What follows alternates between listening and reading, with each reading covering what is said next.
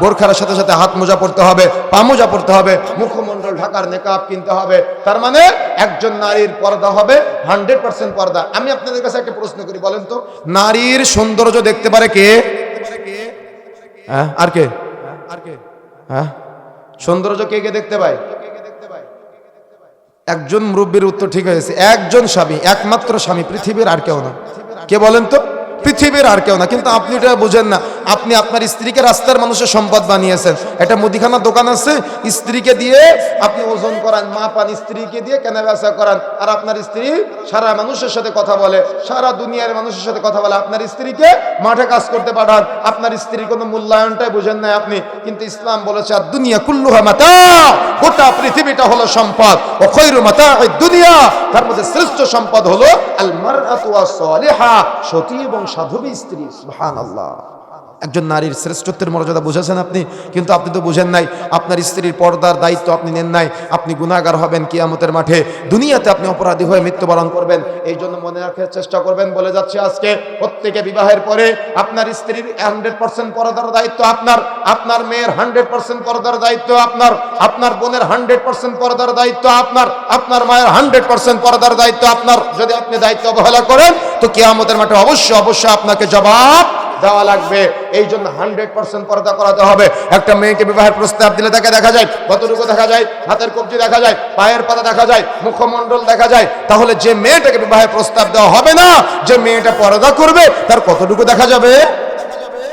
কতটুকু দেখা যাবে? কিছু দেখা যাবে না। তাহলে যে মেয়েটা রাস্তাঘাটে চলবে, ওই মেয়েটাকে পর্দা করে চলতে হবে, হাত মোজা পরে চলতে হবে, পা মোজা পরে চলতে হবে, মুখমণ্ডল ঢেকে চলতে হবে।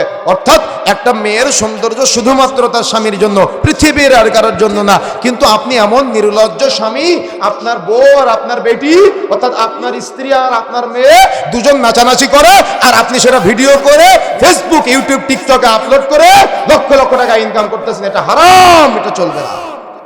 চলতেছে না এগুলা?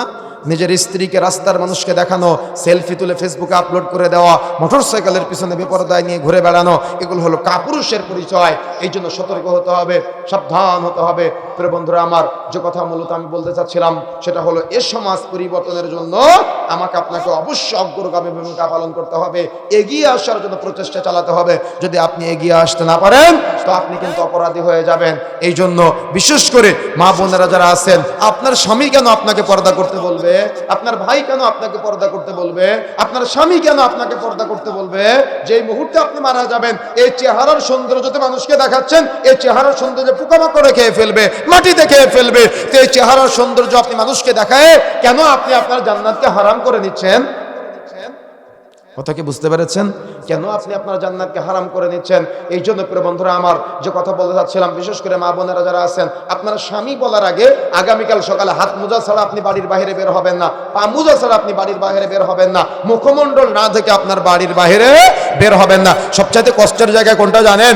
আমাদের মা বোনেরা তাদের স্বামীর সামনে থাকে নোংরা কাপড় পরে, ময়লা কাপড় পরে, দুর্গন্ধযুক্ত কাপড় পরে, ছেঁড়া ফোড়া কাপড় পরে। কিন্তু সে যখন বিয়ে বাড়িতে যায়, রং ঢং করতে যায়, তখন সে শোকেসের মধ্য থেকে সব থেকে সুন্দর জামাটা পরে যায়। রাস্তাঘাটে যখন বের হয়, সুন্দর জামা পরে বের হয়। ও তো ওর স্বামীর সামনে নোংরা কাপড়, ময়লা কাপড় পরে থাকে।